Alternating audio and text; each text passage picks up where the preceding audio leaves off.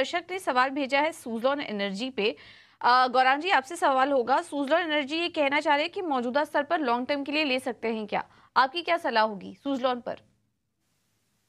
देखिए, ये स्टॉक काफी लोगों को सताया है। स्टॉक जिस स्तर पे हुआ करता था और जिस स्तर पर है, परिवर्तन हुआ है, इसमें कोई दो राय ही नहीं पूछा।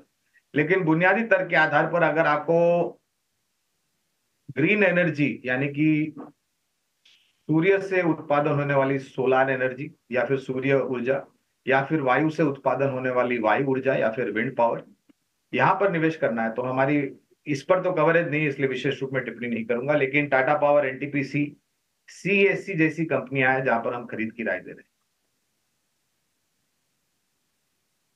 टाटा पावर, दूसरा स्टॉक आपने कौन सा बोला गौरांग जी? एनटीपीसी? हैं। एनटीपीसी, टाटा पावर और CESC. CESC, Tata power, NTPC. अगर आपको पावर स्पेस में एंट्री लेनी है तो ये 3 स्टॉक्स ज्यादा बेहतर नजर आ रहे हैं बनस्पत सुज़लॉन के। तो अगर आप एंट्री लेना चाह रहे हैं तो आप यहाँ पर एंट्री ले सकते हैं।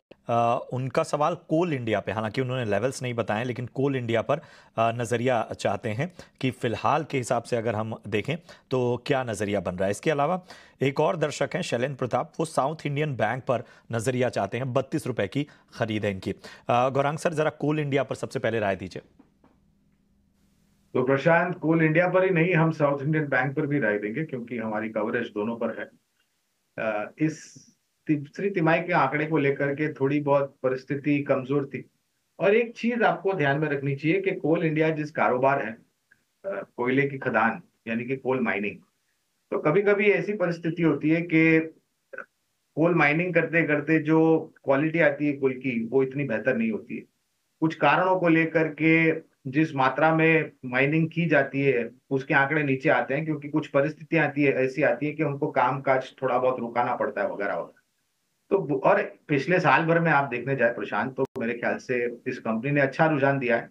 एक तो कोयले की क्वालिटी में सुधार हुआ था कुछ तिमाहियों में, और दूसरी तरफ ई ऑक्शन के द्वारा जो रियलाइजेशन होते थे वो भी काफी बेहतर हुए थे।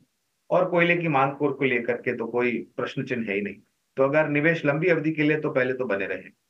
साउथ इंडियन बैंक पर, ये एक ऐसी बैंक थी, निजी क्षेत्र की छोटी बैंक, जो काफी लंबे समय तक 15 और 20 रुपए के आसपास कामकाज करती रही।